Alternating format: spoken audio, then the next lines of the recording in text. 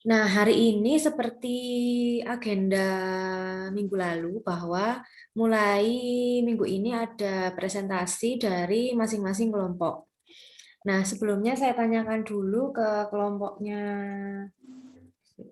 kemarin yang udah ngirim. Nah, kepada kelompoknya Cindy, Indah, dan Ikrima, ini Anda presentasinya lewat Zoom atau bagaimana? Zoom. Oh ya, oke. Berarti nggak ada kendala ya, nggak ada kendala sinyal di tempat tinggal masing-masing. Kendala sedikit, Bu. Oh ya, kendala sedikit nggak apa-apa.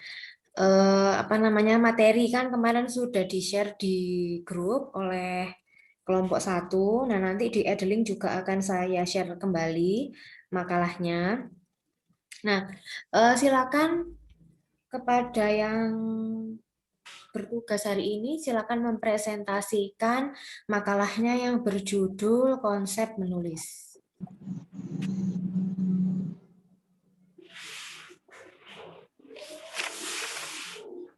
Ya, baik. Terima kasih atas kesempatannya, Bu. Bismillah. Assalamualaikum warahmatullahi wabarakatuh. Selamat pagi. Warahmatullahi wabarakatuh. Selamat pagi, Wara.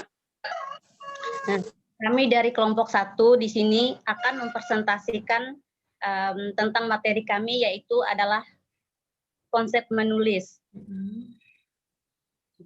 Nah, sebelum menulis, itu seorang penulis harus memahami konsep dasar menulis.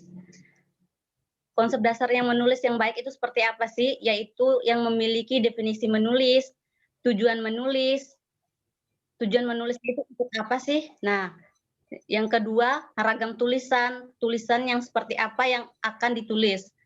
Yang ketiga, tahapan menulis, dan problem menulis yang harus dikuasai.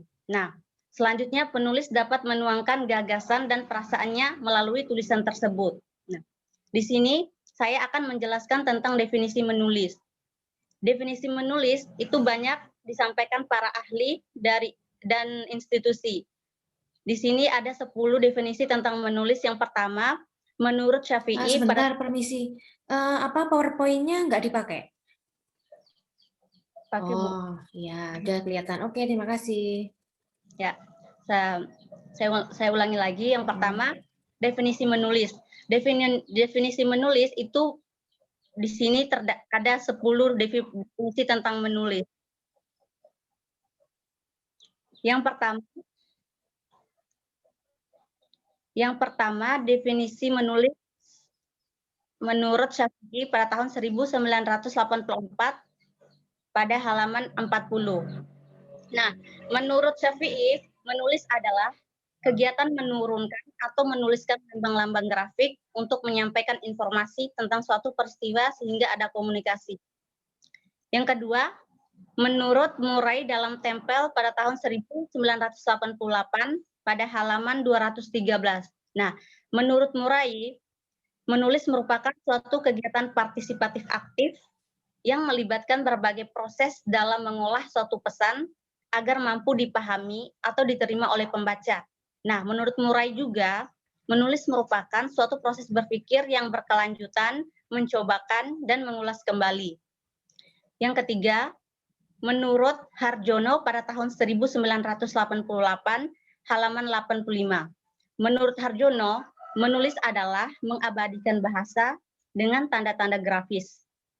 Yang keempat, menurut Lado dalam Ahmadi pada tahun 1990 pada halaman 28. Nah, menurut Lado, menulis adalah meletakkan atau mengatur simbol-simbol grafis yang menyatakan pemahaman suatu bahasa sedemikian rupa sehingga orang lain dapat membaca simbol-simbol grafis itu sebagai bagian penyajian satuan-satuan ekspresi bahasa.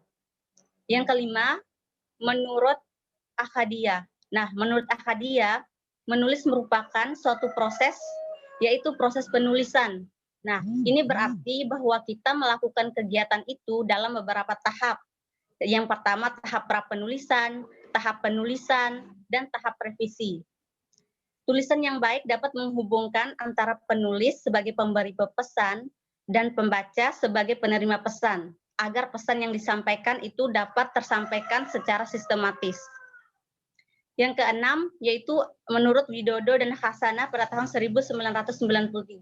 Nah, menurut mereka berdua, menulis itu adalah menuangkan ide, pikiran, perasaan, dan kemauan dengan wahana bahasa tulis.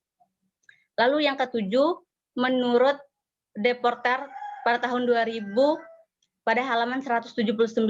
Nah, menurut Deporter, menulis itu adalah aktivitas seluruh otak yang menggunakan bahasa otak kanan. Biasanya belahan otak kanan itu dengan menggunakan emosional dan belahan otak kiri yang menggunakan logika.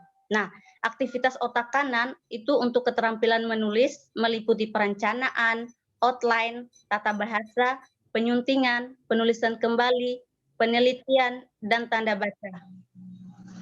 Sedangkan aktivitas otak kiri yaitu semangat, spontanitas, emosi, warna, imajinasi, gairah, dan unsur baru, dan kegembiraan.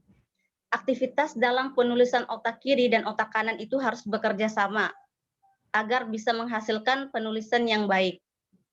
Yang kedelapan itu menurut Nurgiantoro pada tahun 2001 pada halaman 271. Nah, menurut Nurgiantoro, menulis itu merupakan suatu keterampilan bahasa yang aktif, produktif, kompleks, dan terpadu yang berupa pengungkapan dan yang diwujudkan secara tertulis. Nah, menurut Nurgiantoro juga, menulis merupakan keterampilan yang menuntut penulis untuk menguasai berbagai unsur di luar kebahasaan itu sendiri yang akan menjadi isi dalam suatu tulisan tersebut.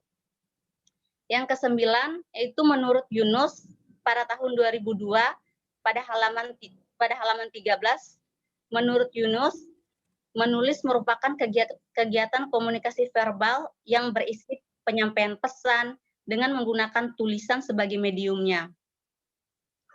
Pesan yang dimaksud di sini adalah isi atau muatan yang terkandung dalam tulisan. Sedangkan tulisan pada dasarnya adalah rangkaian huruf yang bermakna dengan segala kelengkapan lambang tulisan seperti ejaan dan punktuasi. Nah, dengan demikian, menulis merupakan salah satu bentuk penggunaan bahasa yang disebut juga dengan keterampilan berbahasa, yang melibatkan 4 unsur, yakni penulis sebagai penyampai pesan, yang kedua pesan atau isi tulisan, yang ketiga saluran atau medium tulisan, dan yang keempat adalah pembaca sebagai penerima pesan. Dan yang terakhir, menurut Kamus Bahasa Indonesia pada tahun 2008, menulis yaitu yang pertama, membuat huruf atau angka dan sebagainya. Yang kedua, melahirkan pikiran atau perasaan. Yang ketiga, seperti menggambar, melukis.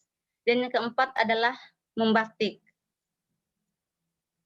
Dan selanjutnya adalah manfaat menulis yang akan dilanjutkan oleh teman saya. Selanjutnya, manfaat menulis. Menulis merupakan sebuah kebutuhan dalam kehidupan sehari-hari. Seseorang tak luput dari kegiatan beraksara tulis. Siswa SD atau MI, SMP atau MTS, SMA atau SMK atau MA, mahasiswa perguruan tinggi, hingga orang-orang dewasa yang melek teknologi tentu tak luput dari kegiatan menulis pesan pendek. Menulis juga memiliki nilai manfaat, baik secara material maupun non-material. Jika Anda mengenal J.K. Rowling, penulis Harry Potter, selain mendapatkan kepuasan dalam proses menulis kreatifnya, penulis ini juga terkenal di seluruh dunia dan mendapatkan materi yang berlimpah melalui tulisannya. Inilah salah satu bukti manfaat menulis. Manfaat-manfaat lainnya banyak disampaikan oleh para ahli. 1. Oleh Perci dalam Nuruddin tahun 2011 halaman 20-27 menyatakan 6 manfaat menulis. 1. Sarana untuk mengungkapkan diri. 2. Sarana untuk pemahaman. 3. Membantu mengembangkan kepuasan diri, kebanggaan, dan perasaan harga diri. Yang keempat, meningkatkan kesadaran dan penyerapan terhadap lingkungan. Yang kelima, keterlibatan secara bersemangat dan bukannya penerimaan yang pasrah. Dan yang terakhir, mengembangkan suatu pemahaman tentang sesuatu dan kemampuan menggunakan bahasa. Menurut pahala ahli yang nomor 2 yaitu Komedi, tahun 2011, halaman 9-10, memberikan 6 manfaat menulis. 1. Menimbulkan rasa ingin tahu dan melatih kepekaan dalam melihat realitas kehidupan. Yang kedua, mendorong kita untuk mencari referensi lain, misalnya buku, majalah, koran, jurnal, dan sebagainya. Yang ketiga, terlatih untuk menyusun pemikiran dan argumen secara runtut, sistematis, dan logis. Yang keempat, mengurangi tingkat ketegangan dan stres. Yang kelima, mendapatkan kepuasan batin, terlebih jika tulisan bermanfaat bagi orang lain melalui media massa. Dan yang terakhir, mendapatkan popularitas di kalangan publik. Yang ketiga, menurut ahli Hernowo, tahun 2003, halaman 54, menyatakan 5 manfaat menulis. 1. Menjernihkan pikiran. 2. Mengatasi trauma. 3. Membantu mendapatkan dan mengingat informasi baru. Yang keempat, membantu memecahkan masalah. Dan yang terakhir, membantu berpikir sistematis dan runtut ketika waktu terdesak. Yang keempat, ahli Nuruddin, tahun 2011, halaman 27-33, memberikan 7 nilai yang terkandung dalam menulis, yaitu 1. Nilai kecerdasan, 2. Nilai kependidikan, 3. Nilai kejiwaan, 4. Nilai kemasyarakatan, 5. Nilai keuangan, 6. Nilai kefilsafatan, dan terakhir nilai popularitas. Lebih lanjut lagi dijelaskan Nuruddin pada tahun 2011, halaman 11, bahwa menulis dapat membuat perasaan dan kesehatan yang lebih baik. Mengacu pada pendapat Dr. Pennebaker bahwa menulis tentang pikiran dan perasaan terdalam tentang trauma yang dialami menghasilkan suasana hati yang lebih baik, pandangan positif, dan kesehatan yang lebih baik. Sementara itu, mengacu pada pendapat Fatimah Merisi bahwa menulis dapat mengencangkan kulit di wajah dan membuat awet muda. Selanjutnya, tujuan menulis.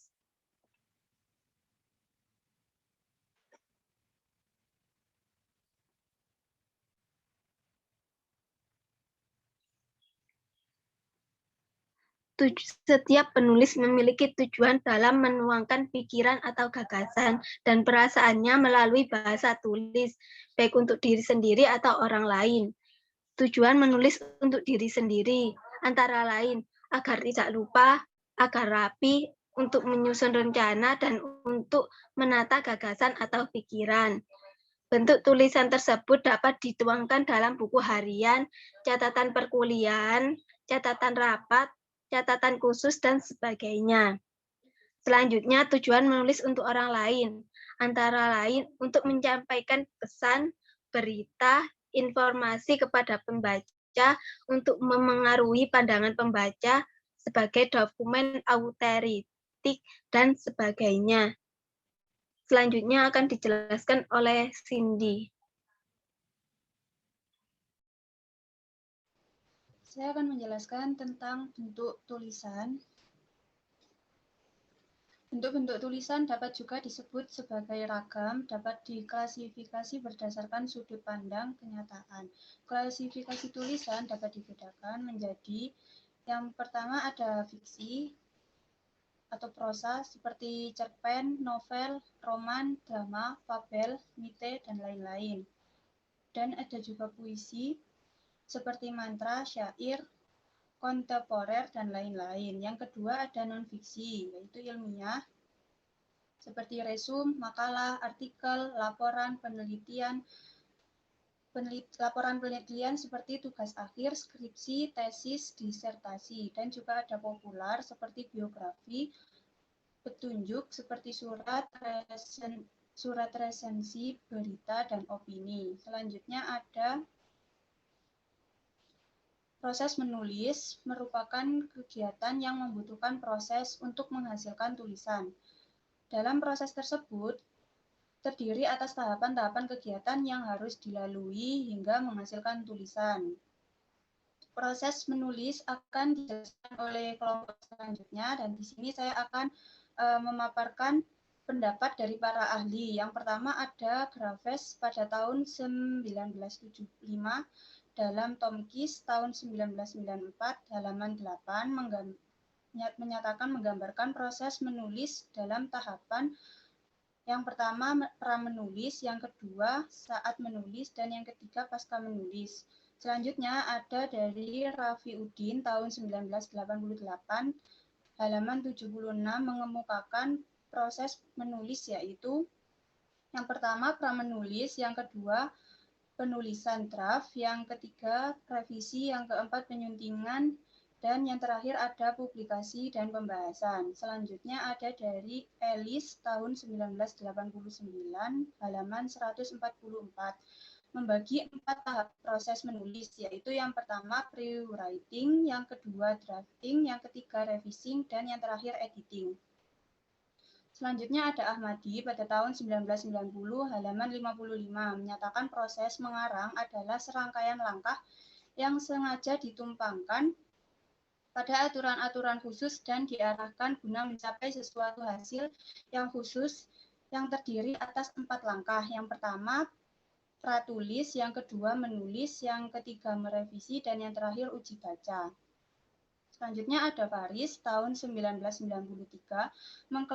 mengklasifikasikan proses menulis itu ke dalam 4 tahapannya, yaitu yang pertama pra-menulis, yang kedua menulis, yang ketiga kaji ulang tulisan, yang terakhir ada publikasi. Selanjutnya dari Tomkis tahun 1994 halaman 7 menguraikan tahap-tahap proses menulis terdiri atas yang pertama pra-menulis, yang kedua pengonsepan, yang ketiga revisi, yang keempat penyuntingan, dan yang terakhir pemanjangan. Selanjutnya dari The Porter tahun 2000 halaman 195 mengemukakan proses menulis terdiri dari pertama persiapan, yang kedua draft kasar, yang ketiga berbagi, yang keempat memperbaiki, yang kelima penyuntingan, yang keenam penulisan kembali, dan yang terakhir ada evaluasi. Dapat pula ditambahkan bahwa kegiatan menulis terdiri atas tahapan-tahapan yang sangat bergantung pada jenis tulisan. Secara umum, tahap menulis terdiri atas yang pertama perencanaan, yang kedua pembuatan draft kasar, yang ketiga penyuntingan. Secara khusus dapat menulis sangat bergantung secara khusus tahapan menulis sangat bergantung pada apa yang ditulis. Misalnya tahapan menulis opini terdiri atas yang pertama penggalian ide, yang kedua pendaftaran ide, yang ketiga pengurutan ide, yang keempat penyusunan draft tulisan, yang kelima perbaikan tulisan, yang keenam pengajian tulisan kembali, yang ketujuh pengulangan proses butir, dan selanjutnya ada publikasi tulisan. Tahapan dalam proses kegiatan menulis ini dapat dilanjutkan dengan yang terakhir, yaitu ciri kemampuan menulis. Sebagai salah satu keterampilan kemahiran berbahasa, selain membaca, menyimak, dan berbicara, menulis harus dikuasai oleh pengguna bahasa. Kapan seorang dapat dikatakan terampil atau mahir dalam menulis? Menurut Mosley dalam Widodo dan Hasanah tahun 1993, seseorang dapat dikatakan memiliki kemampuan tulis tanpa 4 ciri berikut. Yang pertama, dapat mengungkapkan informasi sarana bahasa melalui bentuk karangan sebagai proses kognisi, seperti reproduksi, organisasi, atau reorganisasi, cipta, atau kreasi.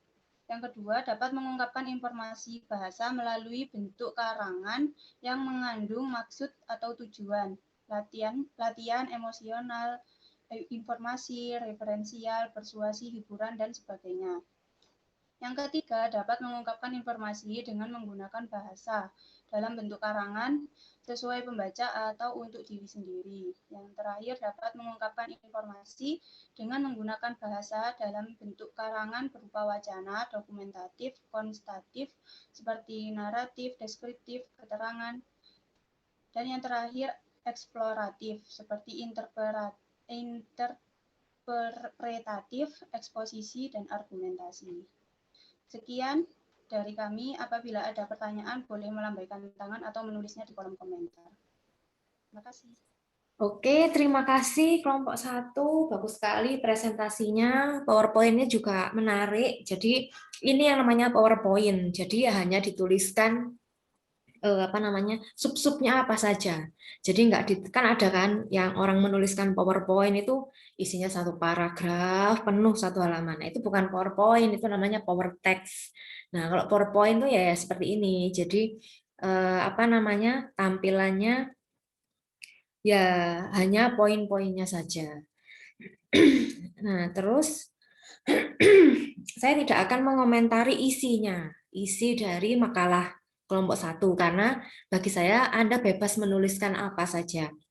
Yang saya komentari hanyalah sistematika penulisannya saja. Jadi ini tadi kemarin sudah saya baca dan sudah saya tuliskan beberapa catatan untuk diperhatikan sebelum ke tanya jawab ya. Nanti misalnya ada teman-teman yang mau bertanya, boleh. Nah, saya komentari dulu untuk makalahnya. Yang pertama adalah banyak rujukan yang tidak dicantumkan di daftar pustaka. Jadi di daftar pustakanya itu hanya link-linknya saja. Nah, padahal yang harus dituliskan di daftar pustaka itu adalah yang dirujuk itu apa? Artikel atau buku. Nah, seperti tadi kan banyak. Mana tadi? Nah, seperti misalnya Lado, Murai, Syafi'i. Nah, itu kan nama-nama orang, tapi di daftar pustaka itu nggak ada. Padahal dia namanya dirujuk. Nah, tapi tidak ada nama-nama itu di daftar pustaka. Jadi, kalau misalnya ini nanti Anda skripsi seperti ini, pasti Anda nanti dihajar sama pembimbingnya. Karena yang Anda tuliskan di daftar rujukan itu bukan sumber aslinya. Jadi hanya berupa link yang Anda copy paste dari internet.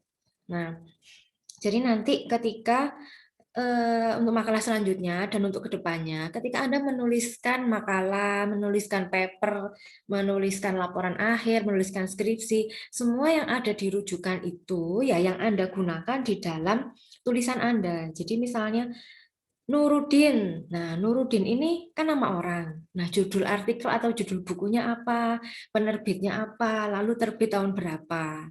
Nah, kan ada pedoman untuk penulisan daftar pustaka kan ada, itu bisa dicari di internet. Kalau sumber-sumbernya sih saya rasa sudah banyak ya, jadi tidak asal menulis, jadi ada yang dirujuk. Cuman ya itu tadi, tidak dituliskan di daftar pustaka dengan detail. Jadi di daftar pustaka itu saya lihat hanya linknya saja. Lalu yang kedua, nah, rujukan itu selalu yang diminta dalam tulisan apapun, itu yang diminta adalah 10 tahun terakhir, maksimal 10 tahun terakhir. Jadi paling tua, istilahnya paling tua, itu adalah tulisan tahun 2011, karena sekarang kan tahun 2021. Berarti rujukan yang paling tua, itu yang boleh digunakan adalah tahun 2011. Jadi tulisan harus juga mengandung kebaruan dari rujukan. Nah, karena saya beberapa kali menulis artikel, itu kalau di atas 10 tahun, itu selalu diminta untuk menghilangkan atau mengganti. Nah, jadi yang digunakan adalah 10 tahun terakhir. Jadi paling tua, kalau kita nulisnya sekarang, berarti artikel paling tua adalah tulisan yang terbit tahun 2011. Nah, itu tadi komentar dari saya. Kalau dari presentasinya udah bagus, jadi saya hanya mengomentari isi makalahnya saja. Kemudian, apalagi ya di sini? Oke. Terus, Sudah sesuai dengan yang diminta ya, jadi hanya cover, isi, dan daftar pustaka saja. Gitu. Terus juga tadi waktu dijelaskan oleh temannya tadi sudah jelas semua, jadi artinya adalah mulai dari definisi, manfaat, tujuan, semuanya sudah tertulis di sini. Ciri-ciri kemampuan menulis bagaimana itu sudah ada. Nah, jadi sudah lengkap untuk konsep menulis. Oke, saya kembalikan lagi ke pemakalah. Selanjutnya silakan dibuka sesi tanya jawab.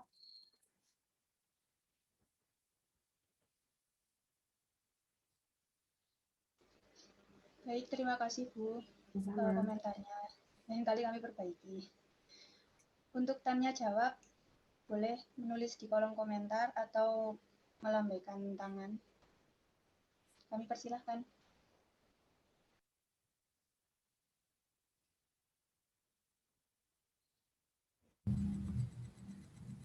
Saya Ya, namanya? Aida Ardiantika Oke, dari silakan kelompok Aida. 6. Oh ya. Tadi kan dijelaskan di makalah itu ciri kemampuan menulis. Yang terakhir yang bawah, apakah setiap orang itu memiliki bakat untuk menulis? Jika iya, menurut kelompok kalian itu gimana sih caranya seseorang itu mengasah diri menjadi seorang penulis itu gimana? Kan kadang kan mut-mutan, itu pengen jadi penulis, terus enggak gitu. Soalnya saya pernah kayak gitu. Oke, ya, terima kasih Aida. Ya, sama-sama Bu.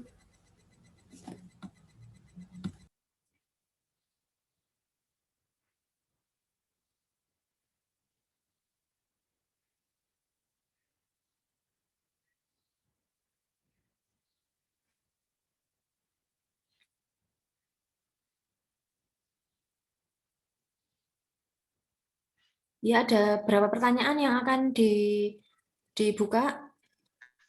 3 dulu, Bu. Oke.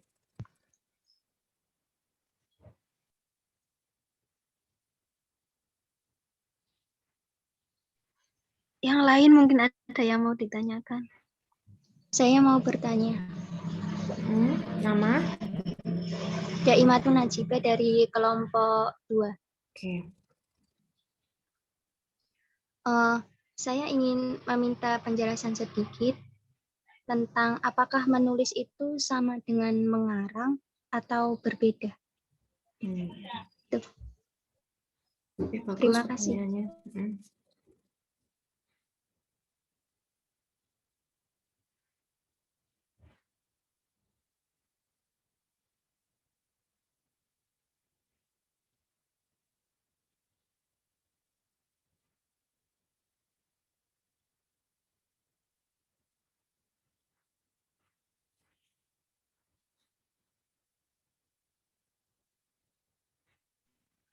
Tinggal 1 pertanyaan, mungkin ada yang mau bertanya.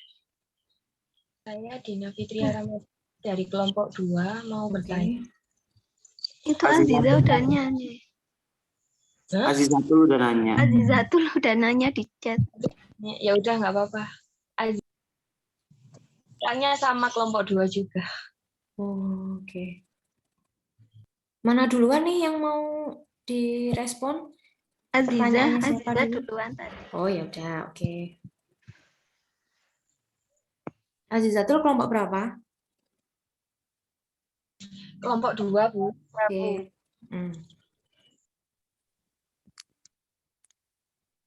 Apa maksud dari manfaat menulis dapat meningkatkan kesadaran dan pemahaman terhadap lingkungan?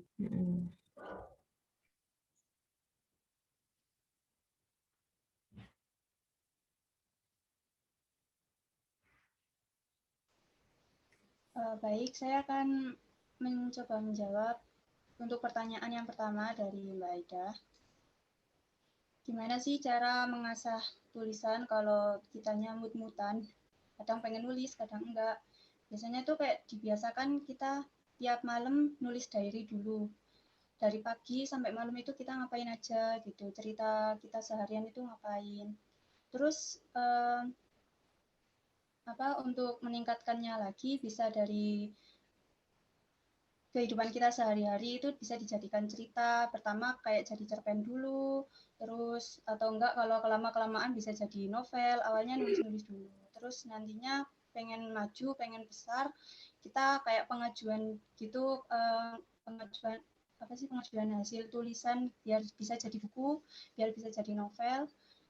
Terus misalnya kalau gagal kita bisa coba lagi dengan nulis-nulis lagi, kita dengan nulis pengalaman. Pokoknya setiap malam itu biar dibiasakan dengan nulis diary dulu, diary kita seharian itu ngapain aja itu ditulis. So, kalau lagi nggak mood mungkin besoknya atau besoknya lagi gitu. Kalau menurut saya sih seperti itu. Ada yang mau menyanggah atau menambahkan?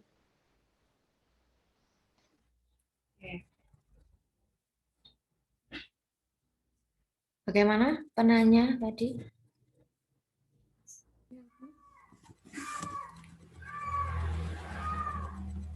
Ya, saya akan mencoba.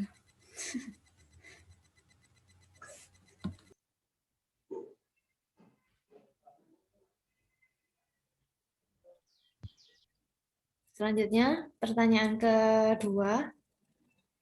Saya akan menjawab pertanyaan dari Daimatul. Apakah menulis sama dengan mengarang? Ada perbedaannya. Persamaannya, kegiatan menulis dan mengarang adalah kegiatan yang sama-sama menyatakan gagasan. Baik itu penulis maupun pengarang menyampaikan gagasan melalui huruf dan tanda baca. Kalau perbedaannya, kegiatan menulis itu hasilnya adalah tulisan, sedangkan mengarang menghasilkan karangan. Sepatutnya karangan banyak dipengaruhi imajinasi atau perasaan pengarang. Kalau tulisan didasari fakta, pengalaman, pengamatan, penelitian, pemikiran, atau analisis atas sesuatu masalah. Bagaimana Dak Imatun? Berarti berbeda ya menulis sama mengarang itu.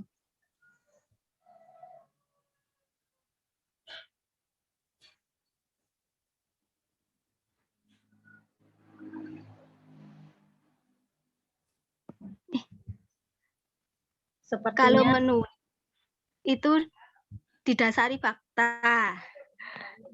Kalau mengarang itu pemikiran, perasaan kita.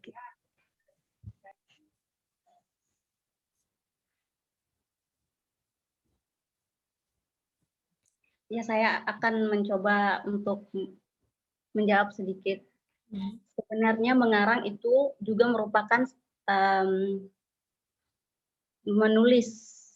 Karena mengarang itu kan kita mengeluarkan ide, pikiran, atau gagasan. Nah, pikiran yang ada di dalam otak kita kan keluarkan melalui bentuk karangan. Nah, jadi mengarang itu juga disebut sebagai menulis atau yang dikeluarkan dalam bentuk tulisan.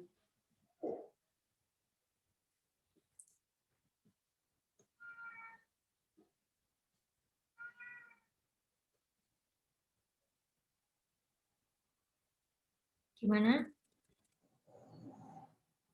Maksudnya gini loh Bu, mengarang itu juga merupakan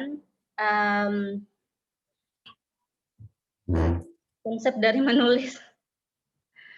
Maksudnya itu mengarang itu juga adalah sebuah tulisan yang mengeluarkan gagasan, ide, atau pikirannya dalam bentuk tulisan karangan. Oke, gimana Daima? Ya, terima kasih penjelasannya. Oke. Lalu pertanyaan yang terakhir, ini yang di chat.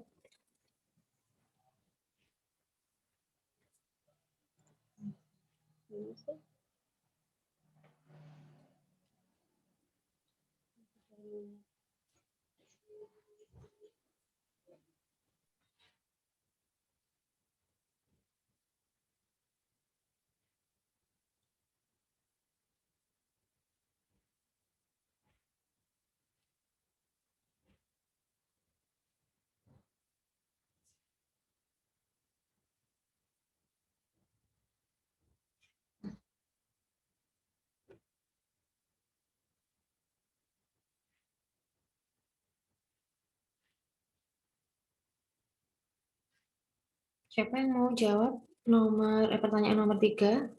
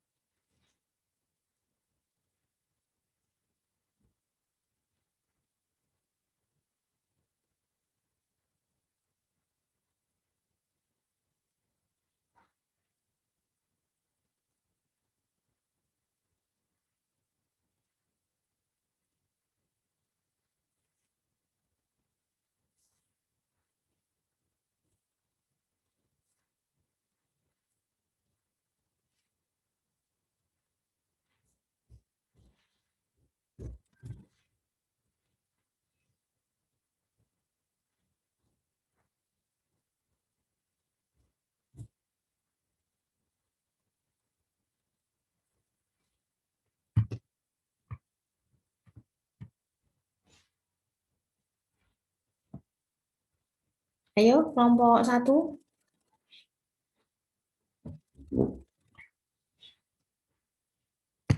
Kira-kira jawabannya bagaimana?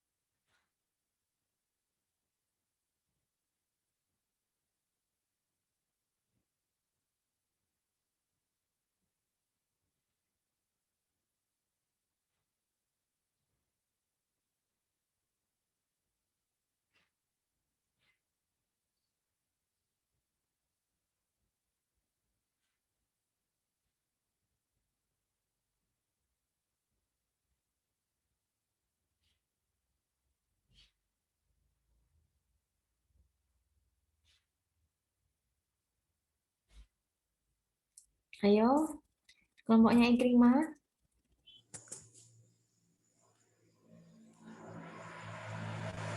Bu, bolehkah saya berpendapat, Bu? Boleh, silakan sebut nama. Nah, nama saya Wita Priyanti dari Oke. kelompok 3. Nah, di sini saya akan mencoba menjawab dari pertanyaan Azizatul Farida, yaitu tentang apa maksud dari manfaat menulis dapat meningkatkan kesadaran dan penyerapan terhadap lingkungan. Nah, dengan menulis dapat meningkatkan kesadaran dan penyerapan terhadap lingkungan, artinya orang yang menulis selalu dituntut untuk terus-menerus belajar sehingga pengetahuannya menjadi luas. Nah, sesuai dengan kesadaran dan penyerapan lingkungan. Di lingkungan setiap orang itu kan berbeda-beda. Nah, dalam setiap lingkungan memiliki tentunya seseorang penulis itu semakin menambah pengetahuannya dari suatu lingkungan ke suatu lingkungan lainnya, sehingga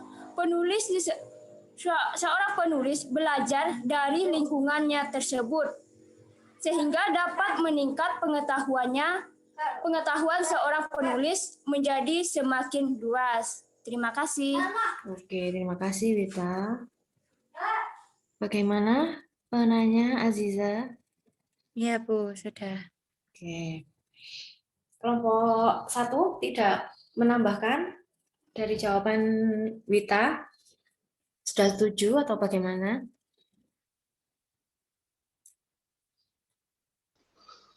Sepertinya sudah, Bu. Oke. Nah, coba saya ikut menanggapi. Tadi pertanyaan nomor 1, tadi bagaimana kiat-kiatnya menulis ya, karena kadang kan mut-mutan. Nah, jadi saya cerita berdasarkan pengalaman saya sendiri ya. Jadi saya kan juga penulis, saya sudah menulis beberapa buku. Nah, awal mulanya bagaimana sih, Bu? Nah, kebetulan memang dari kecil itu saya suka menulis diary. Jadi entah setengah halaman, entah 1 halaman, entah berhalaman-halaman. Jadi setiap yang saya rasakan itu selalu saya tulis, selalu saya tuangkan dalam bentuk tulisan. Nah, jadi ada kalanya juga lagi nggak pengen nulis, ya nggak apa-apa. Jadi ikutin aja naluri Anda. Jadi kalau misalnya lagi ada ide, lagi pengen nulis, langsung ditulis. Tapi ketika Anda udah buntu, udah males, udah ngeblank, udah males, ya nggak apa-apa. Nggak usah memaksakan. Jadi ikutin aja naluri Anda. Nah, terus apalagi ya? Nah, terus juga gini, penulis itu juga harus suka membaca. Jadi seorang penulis itu harus juga punya hobi membaca. Gunanya apa? Gunanya adalah untuk menambah kosakata. Lalu kita bisa tahu alur menulis yang bagus itu seperti apa dari membaca buku ini. Nah, nanti kita akan menemukan sendiri kekhasan dari tulisan kita sendiri. Nah, kemudian apalagi ya, terus juga ini, Anda kan biasanya kan nulis status ya kan. Nah, nulis status itu juga udah nulis, ya, karena apa ya, entah captionnya apa, tapi itu kan sudah merupakan kegiatan menulis. Nah, jadi itu sudah bagus. Anda daripada saya baca postingan no caption, no need caption, itu saya lebih suka yang meskipun captionnya biasa, tapi dia sudah menulis, dia sudah menceritakan apa isi foto tersebut. Nah, itu sudah kegiatan menulis. Nah, itu sudah saya kan juga ngikutin Instagram mahasiswa. Nah, itu juga saya baca. Saya nggak lihat fotonya, saya lebih lihat ke dia bisa ternyata menulis seperti ini. Kadang ada yang berbentuk puisi, syair, pantun, dan lain sebagainya. Jadi sebenarnya mahasiswa di kampus kita itu udah bisa menulis, meskipun mungkin masih belum ke tahap menulis buku, menulis artikel mungkin belum, tapi menulis caption saja itu menurut saya sudah bagus. Karena captionnya itu apa ya? Ya pokoknya saya membaca tulisan di Instagramnya mahasiswa itu ya sebenarnya bisa loh menulis. Jadi nggak sekedar posting foto udah, tapi dia memberi informasi terkait foto tersebut. Nah, memberi informasi itu kan juga menulis. Nah, itu kalau nggak mikir, nggak istilahnya nggak mempertimbangkan sesuatu ya nggak akan keluar caption itu. Berarti kan dia sebenarnya Anda sudah punya apa ya? Kemampuan untuk menulis itu sudah punya, masing-masing orang itu sudah punya, tinggal mau enggak dipakai seperti itu. Nah, terus kemarin juga ketika saya menulis buku itu juga begitu. Jadi kebetulan buku-buku saya semuanya non fiksi, jadi semuanya asli, semuanya yang saya alami sendiri. Jadi ketika menuliskan pertama kali udah tulis aja dulu. Kalau sudah dirasa sudah cukup, sudah di-close. Besok dibaca lagi. Nah, ketika kita membaca lagi, itu pasti kita akan menemukan, oh ini kayaknya nggak sreg. Mending susunannya diganti atau kalimatnya dibalik atau bagaimana. Pasti kita akan ketemu suatu saat. Lalu ditutup lagi. Kalau nggak ada tambahan, udah tinggal ngedit, tutup lagi. Lalu besoknya misalkan ada tambahan ide, apa yang mau ditulis, segera tulis. Nah, lalu besoknya lagi jangan lupa dibaca lagi. Ketika kita membaca lagi, tulisan akan bagus itu kalau udah beberapa kali dibaca, karena kita akan menemukan oh ini kayaknya kurang sreg, oh ini kayaknya mendingan taruh di sini. Nah, dari proses mengedit itu tadi, pada akhirnya kita akan menghasilkan tulisan yang bagus. Nah, saya kemarin juga menulis buku tidak sekali ketik jadi, itu juga butuh waktu berbulan-bulan. Apalagi kan saya menuliskan kisah hidup saya sendiri. Jadi perjalanan saya ketika saya kemana itu saya tuangkan ke dalam cerita. Kemudian hasil penelitian itu kan juga yang saya alami. Itu kemarin butuh waktu sekitar 6 bulan. Jadi buku baru saya serahkan ke penerbit. Kalau yang buku yang tentang traveling itu kurang lebih 1 tahun nulisnya. Ya, jadi memang menulis itu tidak instan dan tergantung kemampuan dan kemauan orang masing-masing. Ada kalanya nggak Bu Firda nggak nulis sama sekali? Iya ada. Jadi seminggu nggak nulis sama sekali itu ya pernah. ya sudah ikutin aja. Tapi ketika ada ide, langsung sampai malam begadang, itu juga pernah. Jadi ikutin aja naluri Anda masing-masing. Menulis itu jangan dipaksa. Kalau dipaksa malah idenya nggak akan keluar. Terus lalu yang kedua tadi perbedaan mengarang dan menulis. Kalau mengarang itu pasti menulis. Tapi kalau menulis itu belum tentu mengarang. Jadi mengarang itu kan namanya karangan. Karangan itu kan berarti belum tentu sesuatu yang real. Nah, kalau menulis kan ada yang kita menulis tulisan real, ada yang berupa fiksi. Nah, sedangkan kalau karangan, kalau mengarang, ya pasti dia menulis. Gitu. Nah, terus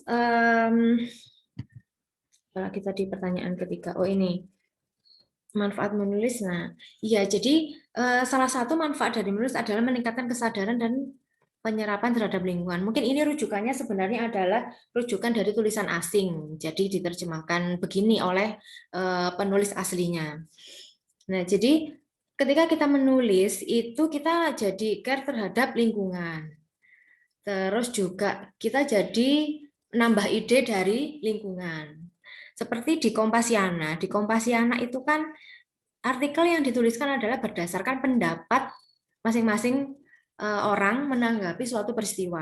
Nah, jadi itu kan bentuk dari kepedulian terhadap lingkungannya. Jadi menanggapi segala sesuatu, mulai dari menanggapi vaksin, mulai dari menanggapi daring. Nah, itu coba deh gabung di Kompasiana kalau memang Anda pengen benar-benar rutin menulis. Saya sudah lama sih nggak nulis di Kompasiana. Terus apalagi ya? Nah, terus juga meningkatkan kesadaran terhadap lingkungan itu ketika Anda menuliskan dan diterbitkan di media massa. Berarti kan Anda care, Anda ingin menceritakan hal yang Anda alami tersebut agar orang menjadi tahu. Jadi ada manfaatnya terhadap sekitar. Mungkin yang membaca bukan tetangga kanan kiri, tapi orang lain. Nah, orang lain itu kan bisa jadi setelah membaca tulisan Anda jadi, oh iya ya, ternyata ada yang seperti ini. Oh, ternyata yang dialami sama loh dengan aku. Oh, ternyata solusinya kayak gini. Nah, jadi menulis itu tadi selain untuk diri sendiri, juga bisa untuk orang lain. Terus juga tadi kalau nggak salah saya baca di makalah itu ada menulis itu bikin awet muda atau mengencangkan kulit gitu loh. Nah, kenapa kok bisa seperti itu, Bu? Nah, karena kita tidak memendam apa yang kita pikirkan sendirian. Jadi apa yang biasanya bikin kita sumpek, bikin kita istilahnya bikin kita jenuh ya. Kalau kita tuangkan ke dalam tulisan itu rasanya kayak lega. Nah, kayak gitu. Akhirnya kan nggak nimbun masalah, jadi mengurangi stres. Ya mungkin memang tidak memberikan solusi. Ketika kita menulis memang belum tentu menemukan solusi. Tapi setidaknya mengurangi sedikit dari yang dipikirkan gitu. Oke, ada tanggapan atau mungkin mau sharing di sini sudah ada yang pernah menulis atau pengen atau bagaimana selain menulis status dan caption ya? Mungkin nulis buku, artikel, cerpen, puisi. Mau tanya. Ibu pernah nulis hari ini nulis banyak gitu ya. Terus sebulan lagi baru mood nulis itu merusak isi tulisan itu. Tergantung yang Anda tulis. Kalau misalkan itu butuh kebaruan, butuh sesuatu yang up to date dan itu sudah lewat baru Anda tuliskan, ya mungkin bagi Anda mungkin nggak masalah. Tapi ketika dibaca orang kan ini udah. Nah, tapi kalau misalkan itu adalah istilahnya apa ya, kisah Anda sendiri, misalkan Anda mau menovelkan hidup Anda, mulai dari SMA sampai kuliah mau Anda novelkan, terus Anda tiba-tiba aku nggak mood nulis, terus bulan depannya lagi Anda baru nulis, itu kan kehidupan Anda sendiri, tidak ada batasan itu harus up to date atau tidak, maka nggak masalah. Kecuali kalau misalnya Anda nulis berita, nulis artikel, nulis penelitian, nah itu harus mengikuti waktu, harus up to date gitu. Nah, Anda rencananya nulis apa nih? Pengennya nulis kehidupan pribadi. Nah, Dulu pernah nulis tapi takut lagi. Nah, kalau misalnya sudah punya draft, nggak apa-apa dilanjutkan. Siapa ya? Kelas angkatan berapa ya itu? Dita Patresia. Saya lupa dia itu angkatan berapa.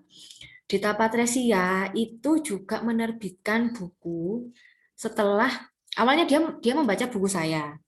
Kemudian dia terinspirasi untuk berani mempublikasikan karyanya dia. Awalnya dia selama ini nggak pede mau mempublikasikan buku karyanya. Nah, kemudian setelah membaca tulisan saya, kemudian dia, oh ternyata bisa ya, siapapun bisa ya menerbitkan buku, lo bisa. Nah, lalu akhirnya kumpulan-kumpulan tulisannya Dita Patresia itu tadi sama dia diajukan ke penerbit dan terbit tahun 2019 kalau nggak salah. Nah, itu Dita Patresia itu mahasiswa IKIP Budi Utama juga. Jadi dia menghasilkan buku yang sudah diterbitkan oleh Guepedia Publisher di Bandung apa di mana gitu loh penerbitnya. Nah, untuk misalnya Anda masih apa namanya ingin coba-coba ya, nggak apa-apa. Coba dulu ke penerbit yang kan ada yang penerbit gratis. Jadi Anda tidak dipungut biaya ketika Anda memasukkan karya. Nanti pihak sana yang akan memutuskan apakah ada yang harus diperbaiki ataukah mungkin masih kurang sehingga dikembalikan lagi ke Anda. Nah, yang penting berani dulu. Dan biasanya minimal paling sedikit untuk dibukukan itu adalah 70 halaman. Tapi tergantung penerbitnya sih, tapi rata-rata antara 70 sampai 100 halaman itu minimal untuk dipublikasikan.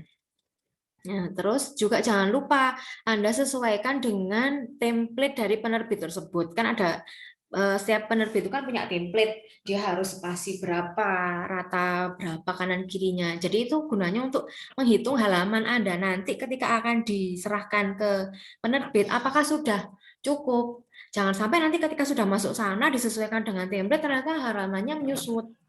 Nah, akhirnya kan kurang. Itu nggak apa-apa kalau misalnya Anda punya kumpulan puisi atau pantun. Loh, teman saya itu loh bukunya itu kumpulan pantun. Jadi kelihatannya hanya cuma pantun loh, tapi kalau dikumpul-kumpulkan jadi banyak itu jadi bahan bacaan.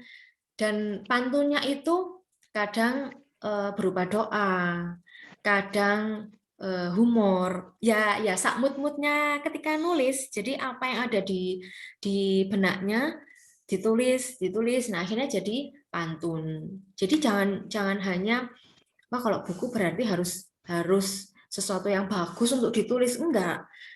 Anda mau nulis puisi, mau nulis pantun, loh puisi sama pantun itu malah lebih sulit daripada menulis biasa. Karena kan kalau puisi itu kan ada yang maknanya tersurat dan tersirat. Nah, itu kan kata-katanya malah lebih sulit.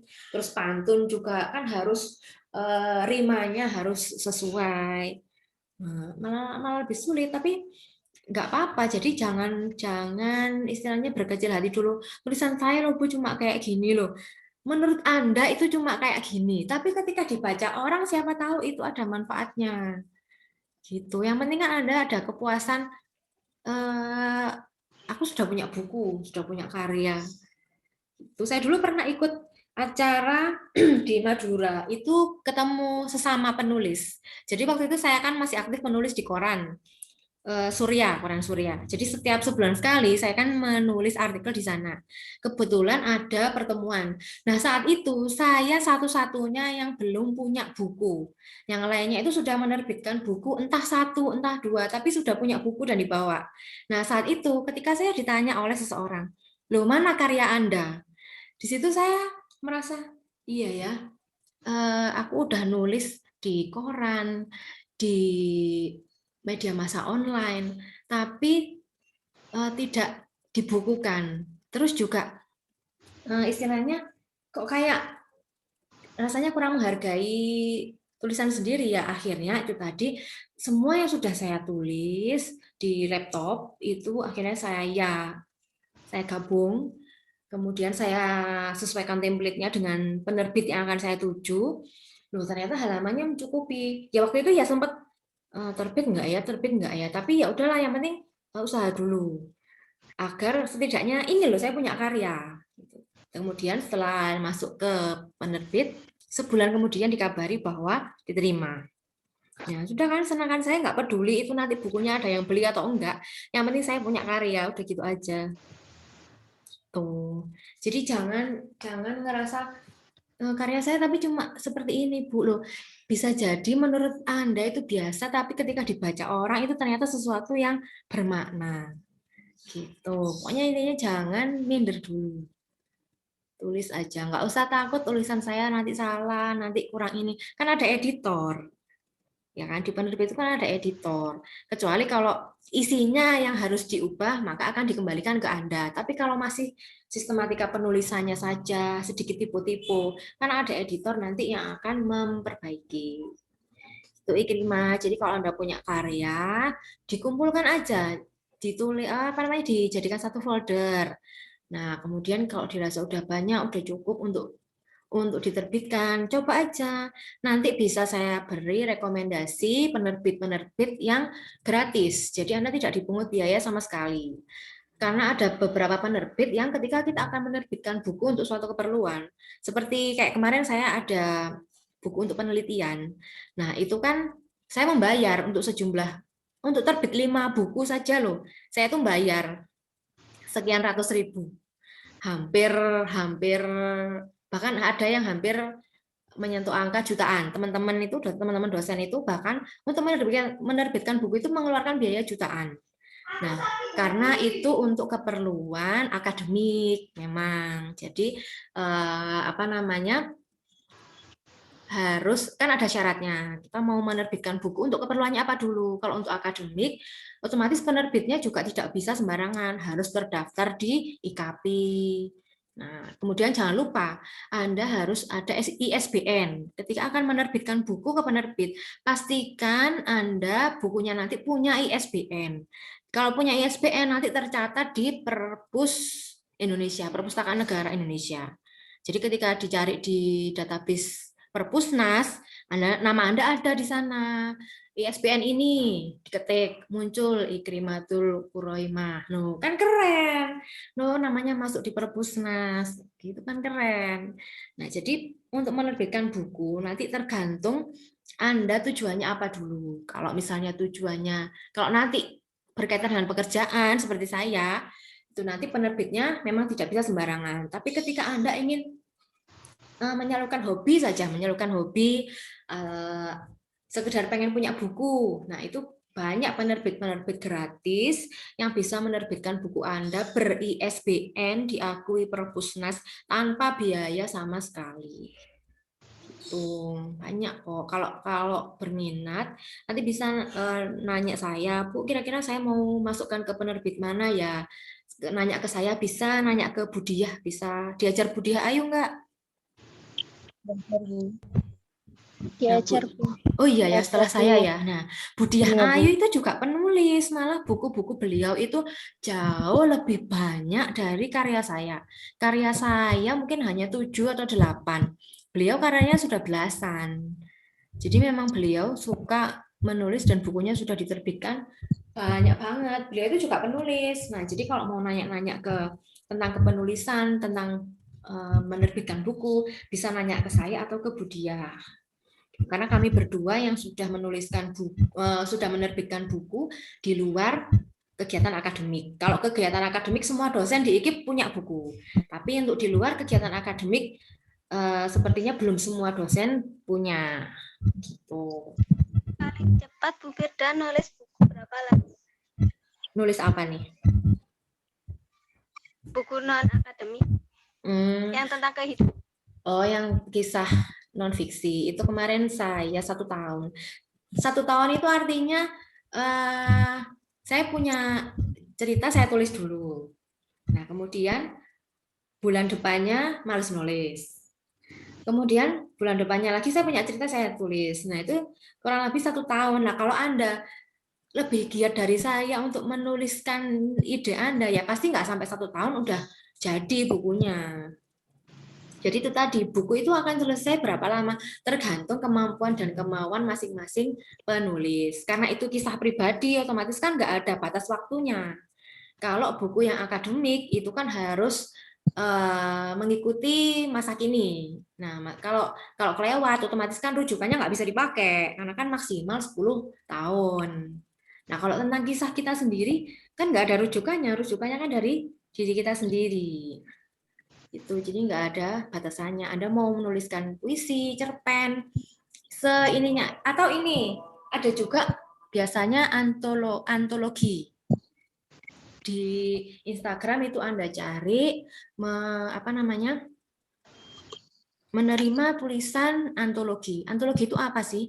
Jadi antologi itu adalah kumpulan tulisan-tulisan dari banyak penulis.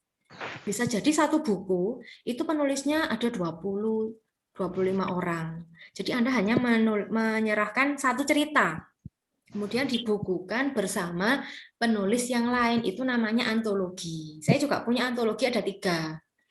Nah, jadi kan kita cuma punya satu cerita, tapi digabung bersama penulis-penulis yang lain dengan tema yang sama. Misalkan temanya tentang patah hati. Berarti Anda harus ceritanya juga tentang patah hati. Jangan temanya judulnya patah hati, terus cerita Anda lagi jatuh cinta yang nggak nyambung sama temanya. Jadi dilihat buku antologinya ini temanya apa. Nah, kira-kira Anda ada ide nggak untuk menuliskan itu? Segera tulis. Biasanya sih ini dulu, registrasi dulu. Saya mau ikutan gabung. Oke, ditunggu paling lambat tanggal sekian deadline-nya. Nah, saat itu Anda sudah harus menyerahkan tulisan. Anda ngomong dulu, jadi biar dapat kuota.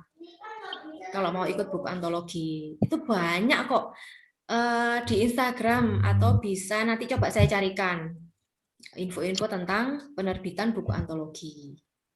Tidak tanya. Apa?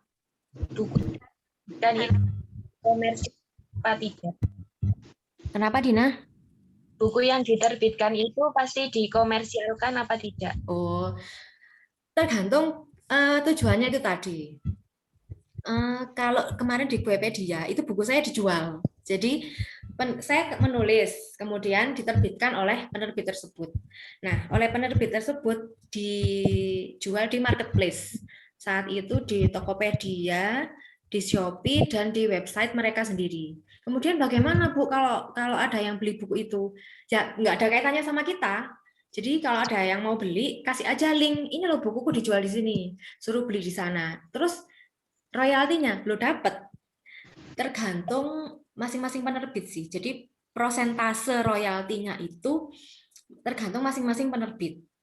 Nah, nanti ketika sudah, biasanya sih 6 bulan sekali atau setahun sekali, itu Anda bisa mencairkan royalti Anda. Jadi kalau kemarin di Bukupedia itu punya saya 6 bulan. Nah, 6 bulan itu dikabarin, Bu Firda, ini royaltinya sudah bisa dicairkan. Ya udah, kita tinggal memasukkan nomor rekening kita masing-masing, udah tinggal ditunggu, udah selesai. Jadi kita nggak ngurusi siapa yang beli, mau beli berapa, enggak, itu udah urusannya penerbit. Gitu. Terus apakah ada buku yang tidak dikomersilkan, Bu? Ada. Buku penelitian saya kemarin itu yang saya bayar di penerbit apa ya kemarin? Pokoknya di Malang kok, di daerah Tidar. Nah, itu saya bayar. Tapi memang itu untuk keperluan akademik. Jadi memang tugas dosen adalah setiap tahun itu punya buku yang berkaitan dengan akademik. Nah, otomatis itu nggak dijual. Nah, tergantung peruntukannya itu tadi. Kalau misalnya untuk memenuhi kewajiban Anda sebagai akademisi, ya tidak dijual. Tapi kalau untuk istilahnya berbagi kehidupan, ada juga sih buku pelajaran yang dijual, tapi itu tadi tergantung peruntukannya. Ya. Oke. Ada lagi yang mau ditanyakan? Kemudian bedanya bayar sama tidak bayar. Oh, gitu. Nah, jadi kalau kemarin kan saya sudah ada 2 penerbit. Yang pertama adalah penerbit yang bayar, yang satunya lagi penerbit tidak bayar. Nah, ketika Anda menemukan sebuah nama penerbit, itu Anda baca dulu. Kalau mau masukkan buku di situ, apakah harus mengeluarkan sejumlah uang atau tidak? Kalau misalnya, karena memang kenapa buku ada yang bayar, ada yang enggak? Karena tergantung kualitas penerbit masing-masing. Jadi kalau kemarin itu tuh saya lupa penerbit apa sih itu ya di Tidar itu memang harus bayar. Kenapa? Karena dia anggota IKP. Jadi penerbit yang tergabung di dalam organisasi IKP. Nah, terus juga mereka punya editor yang profesional. Jadi buku kita itu tahu-tahu terbit itu sudah bagus. Layoutnya mereka yang ngatur, kemudian editingnya juga mereka yang istilahnya, oh ini sebaiknya tampilannya seperti ini, cover juga mereka yang membuatkan, tampilannya seperti apa. Nah, nanti ketika akan terbit, kita diberi soft file-nya. Bu, nanti terbitnya seperti ini, biasanya ada 2 pilihan cover. Itu kalau yang bayar ya, ada 2 pilihan cover. Ibu mau covernya yang mana? Nah, kalau kurang setuju, nanti akan dibuatkan lagi. Nah, sedangkan kalau untuk penerbit yang free, yang gratis, itu bukan berarti editornya kurang bagus ya, tapi terkadang masih ada tulisan yang tipu, yang setelah saya baca lagi loh, kok tulisan seperti ini kok dibiarkan ya. Ada yang seperti itu. Kemudian cover juga mereka yang menentukan, jadi kita nggak bisa milih. Jadi ketika terbit, loh kok covernya kayak gini, loh yang mau gimana, namanya juga gratis. Gitu. Jadi itu tadi tergantung peruntukannya. Anda menerbitkan buku karena memang Anda wajib, atau Anda hanya ingin punya karya. Kalau untuk masih belajar, ingin punya karya, coba aja dulu yang gratis. Karena untuk menerbitkan buku itu, kalau kemarin karena saya memang kewajibannya dosen ya, jadi harus menerbitkan buku, itu 5 buku kemarin 1.200.000 kalau nggak salah. Itu 5 buku loh. 5 buku. Terus 5 bukunya buat apa, Bu? 1 buat saya, 1 saya serahkan ke institusi, 1 saya serahkan ke perpus, lalu 1 lagi saya serahkan ke negara. Bahwa ini saya sudah menuliskan yang menjadi kewajiban saya, gitu. Nah, lalu untuk yang buku yang non fiksi, nah yaitu sekedar sekedar saya pengen, oh iya aku juga punya, selain buku akademik itu aku juga nulis. Gitu. Pasti ada ini kok, tujuan masing-masing, peruntukannya apa Anda menulis buku. Itu 5 buku itu dengan judul yang sama ya, Bu? Jadi dicetak 5 eksemplar. Gitu. Tapi kalau untuk yang gratis, yang di penerbit gratis, nanti ketika Anda mau, pastikan setiap penulis juga pengen punya bukunya sendiri kan. Nah itu Anda seperti beli. Jadi meskipun Anda penulisnya, Anda nggak dikasih gratis, Anda beli buku itu. Gitu. Coba aja, banyak kok di Instagram itu terbit gratis itu banyak. Kalau masih mau mengawali, masih pengen belajar, bagus. Seperti di Dita Patresia itu saya lupa ya dia itu angkatan berapa. Pokoknya dia tuh waktu itu cerita, Bu, buku saya sudah terbit. Saya baca isinya puisi Islami gitu. Berarti kan dia berani membagikan karyanya untuk diterbitkan. Nah, kalau Anda punya tulisan-tulisan yang menurut Anda tuh cuman kayak gini loh, jangan ini dulu, jangan underestimate dulu.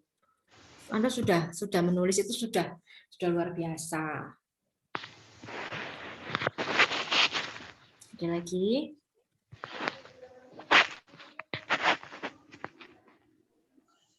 Bu, saya mau tanya. Sudah menulis, kemudian itu tulisan sumber informasi atau informasi yang kita berikan ke pembaca itu salah, itu gimana, Bu? Nah, itu dia. Sebelum ketika Anda menuliskan sesuatu, kemudian kalau misalnya itu yang Anda alami sendiri, kalau itu yang Anda alami sendiri kan pasti nggak keliru ya. Tapi kalau itu sebuah karangan, sebuah karya fiksi, Anda juga harus riset dulu. Jadi kalau misalnya aku pakai apa namanya, kayak kemarin itu di buku antologi itu ada. Jadi dia menyebutkan singkatan, pokoknya singkatan dalam istilah farmasi, dan ternyata keliru, dan itu sudah terbit. Nah itu jadi saya kayak loh, ini apa dia nggak riset dulu ya. Jadi ketika kita mau menuliskan sesuatu yang bukan karya yang bukan karya non fiksi, yang karya fiksi yang berupa karangan, itu Anda jangan lupa riset dulu.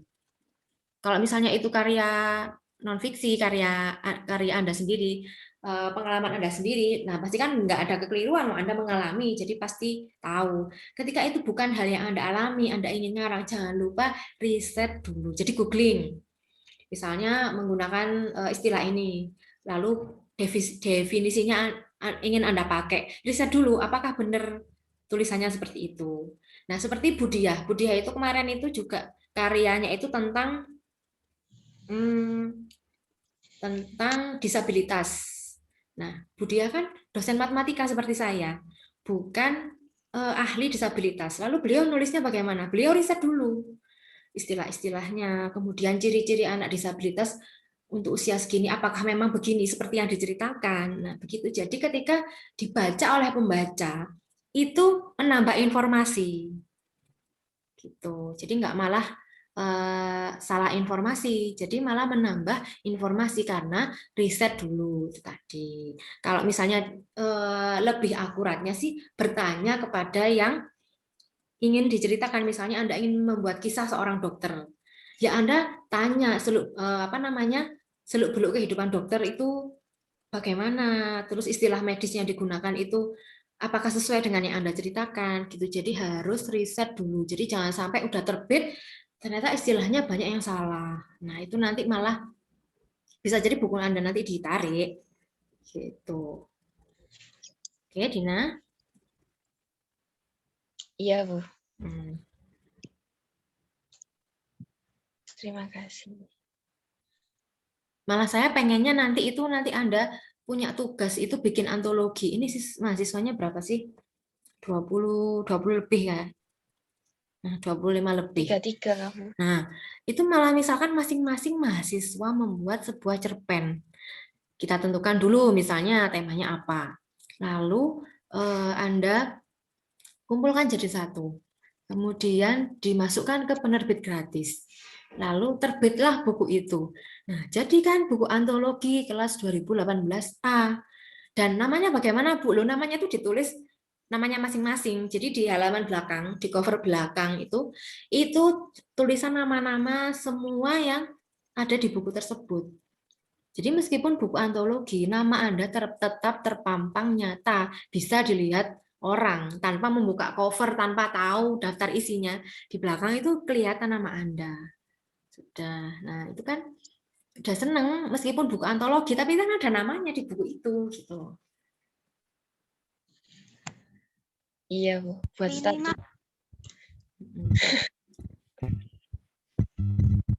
Ya, ada lagi pertanyaannya? Antologi itu bukunya minimal berapa lembar? Berapa halaman? Apanya?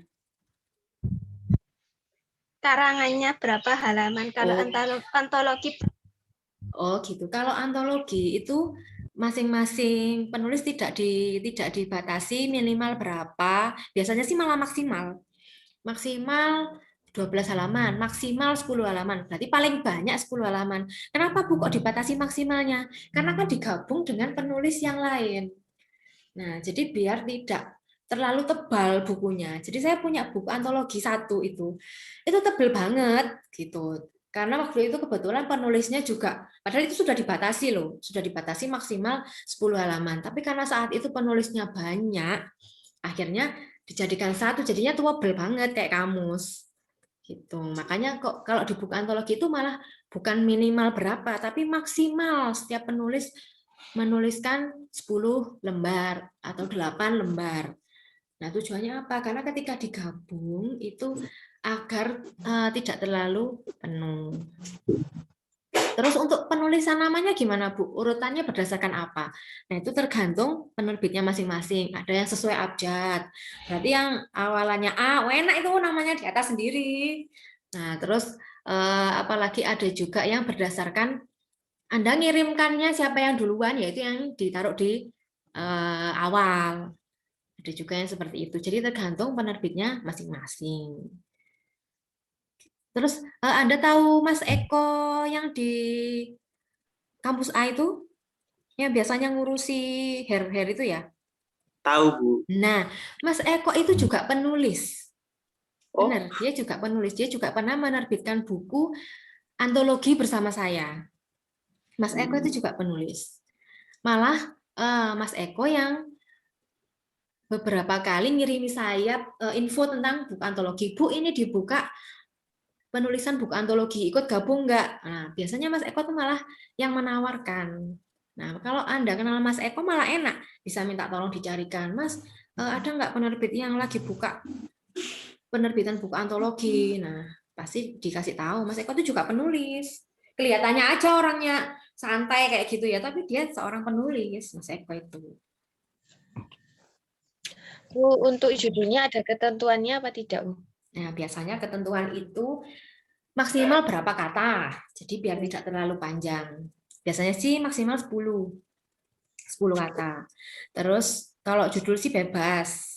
Biasanya cuma dibatasi di itu aja kata, banyaknya kata, terus kemudian tema. Tema itu juga biasanya ditentukan.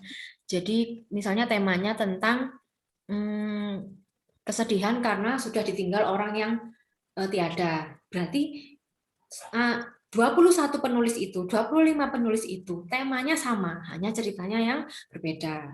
Lalu ada juga tema yang perjuangan seorang ibu. Nah, terus kalau Anda misalnya belum jadi ibu, terus apa yang mau diceritain? Oh, ada. Saat itu ada mbak-mbak, dia nanya, waktu itu kan ada grupnya. Nah, mbak-mbak itu nanya, saya belum jadi ibu. Lalu saya ingin join di buku antologi perjuangan seorang ibu. Apa yang boleh saya tulis? Nah, saat itu editornya bilang, Anda bisa menceritakan kisah teman Anda yang sudah menjadi ibu atau ibu Anda sendiri. Jadi ceritanya tentang ibu. Meskipun dia belum jadi ibu, tapi boleh menceritakan tentang orang lain asalkan sesuai dengan tema. Temanya yaitu tentang ibu. Gitu. Terus ada lagi saat itu temanya tentang masa SMA. Nah, itu ada juga. Jadi Anda ceritakan dulu saat SMA yang berkesan kelas berapa, terus ada kejadian apa. Nah, itu bisa. Jadi dilihat dulu temanya buku antologi apa. Kira-kira Anda ada ide nggak untuk menulis di tema itu? Ketika Anda sudah punya, oh kayaknya aku bisa nih masuk di ide di tema ini, langsung aja hubungi koordinatornya, Mas atau Mbak, saya mau join buku antologinya, masih ada kuota nggak? Gitu. Baru nanti Anda nanya deadline-nya kapan. Atau bisa jadi Anda sendiri, ini satu kelas ini mau buat buku antologi sendiri, kelas 2018A. Malah enak, Anda tentukan sendiri deadline-nya kapan, temanya apa, lalu Anda cari penerbit, tuh malah enak temennya sendiri. Saya lagi. Erwin, nulis apa, Win? Belum ada ide. Nulis status. Kita boleh nggak nama kita disensor? Oh, Anda mau pakai ini apa ya istilahnya? Nama pena. Boleh. Boleh. Jadi Anda mau pakai nama asli atau pakai nama pena itu nanti di formnya itu ada. Jadi nama asli siapa? Lalu nama pena siapa? Kalau mau pakai nama penanya tetap ya ditulis lagi nama lengkapnya. Tapi kalau misalnya pengen nama pena yang orang lain nggak pengen tahu, ya Anda tuliskan sendiri. Jadi pasti kok diminta nama asli siapa, lalu nama penanya siapa, gitu pasti diminta. Kalau saya kemarin pakai Firda Patricia sesuai dengan nama Instagram, gitu untuk buku non fiksi saya. Kalau buku untuk yang akademik ya jelas nama asli beserta dengan gelar karena kan untuk keperluan pekerjaan. Tapi untuk yang non fiksi yang sekedar hobi itu saya juga pakai nama pena. Jadi nggak nama asli, nama lengkap gitu enggak. Itu boleh kok. Ada lagi?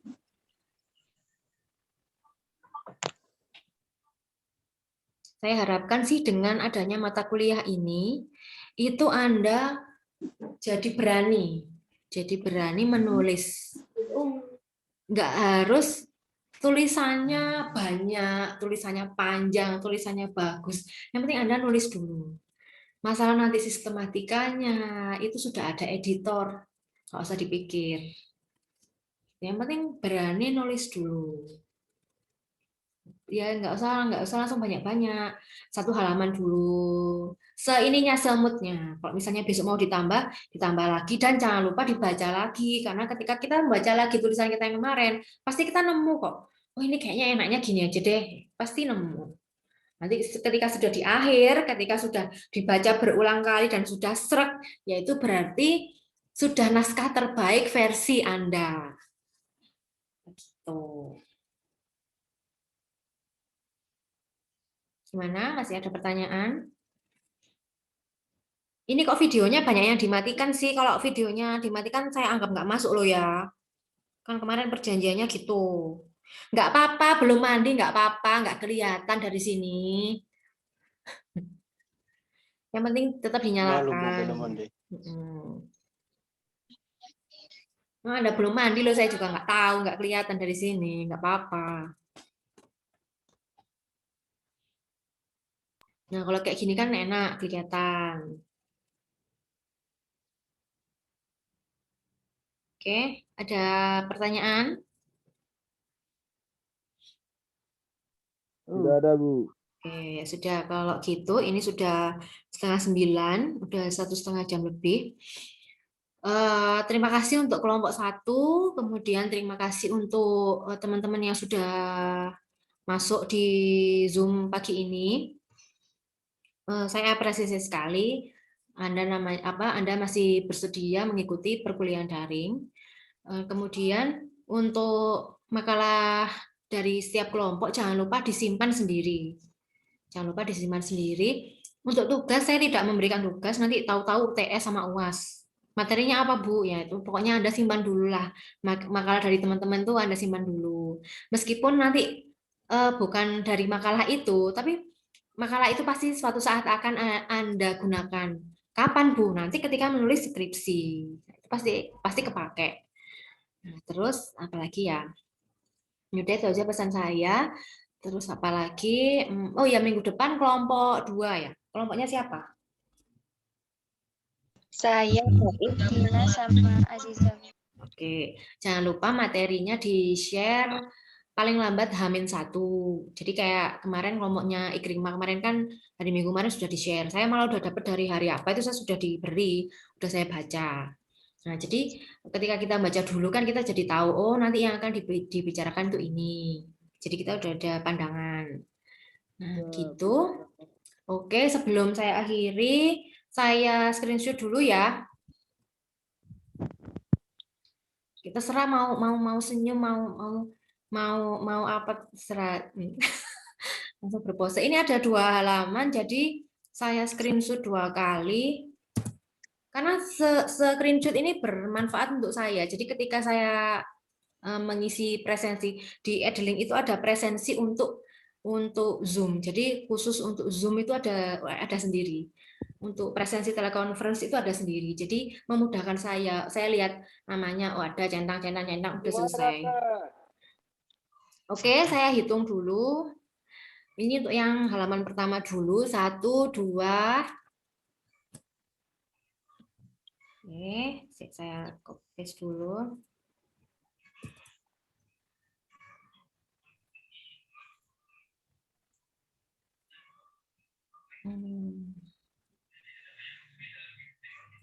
Lalu untuk yang halaman kedua. Banyak berarti ini yang masuk sampai halamannya 2. Halaman 2 ini ya dia Haroki dan kawan-kawan. Ya silakan tersenyum. 1, 2. Oh, Eca senyumnya manis sekali.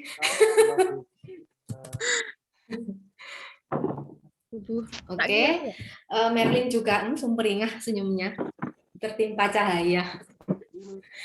Oke, terima kasih untuk atensinya pagi ini, kehadirannya pagi ini. Ini udah makan kuota banyak banget ini. Anda udah dapat bantuan atau belum? Tidak ada, Bu. Sudah, Bu. Berapa giga? 15, Bu. Ya, bagus. Jadi dimanfaatkan sebaik mungkin ya untuk perkuliahan. Jangan buka YouTube, jangan buka Instagram. Ya, apalagi untuk ngepoin mantan tuh, jangan ya. Ada yang tidak dapat kuota gratis dari kampus ya, Bu? Oh, ada yang nggak dapat? Ya, Bu, ya. Willy ganti nomor. Oh gitu, ya mesti. Karena ini yang dapat dapat ini yang nomor yang dulu, makanya nggak didata lagi kan? Karena nomornya dianggap sama. Berarti tidak bisa dapat lagi sekarang ya, Bu? Nggak bisa, karena namanya yang didaftarkan kan udah yang lama. Jadi dianggapnya nomornya tetap. Oh, gitu ya, Bu. Nggak apa-apa lah. Boleh minta langsung ke Pak Nadiem. Minta ke Pak kita sendiri. Oke, ya udah saya akhiri.